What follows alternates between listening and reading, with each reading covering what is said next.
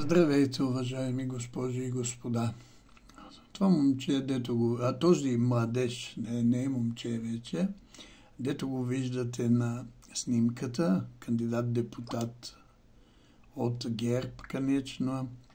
Така, на времето му бях класен ръководител, преподавал съм му философия и прочее.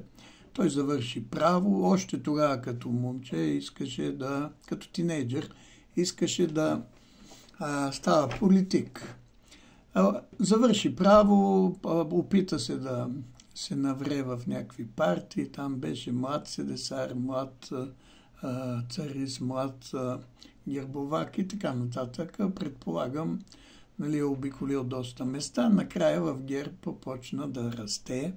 Забелязаха го и ето виждате, вече е кандидат за народен представител, а също така му дадоха служба в общината. Не знам какво работи момчето. Тут трябва да се живее нещо. Аз не казвам нищо лошо. Обаче, ето сега влязох в неговия профил. Виждате тук,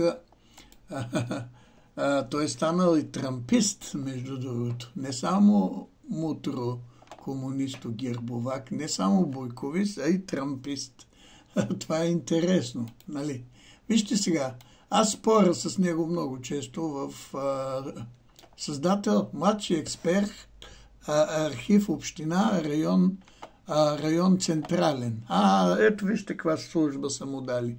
Сега аз му правя де-факто и реклама по този начин, като го ви известявам за него, но споря в интернет и прочее. И той ми говори, че аз му казвам някои истини, той ми казва, че говоря глупости. Виждате докъде е. За мен, вижте, кариеризма е най-сигурният начин човек да се навре някъде, разбира се, но да си продаде душата на дявола.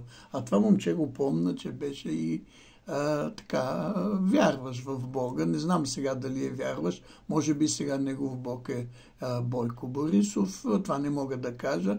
Но ако човек вярва в Бога, не може хем на Бога, хем на мамона да служиш. Избираш едно от двете. И затова аз не желая да му кажа, айде сега стани честен, не де да се навираш там в властта. А той пък, виждате, мечтае да стане народен представител. Може би като стане народен представител, ще стане свестен политик. Дано е така. Все пак сме християни и човеци. Пожелавам му, като влезе в парламента, да стане добър политик.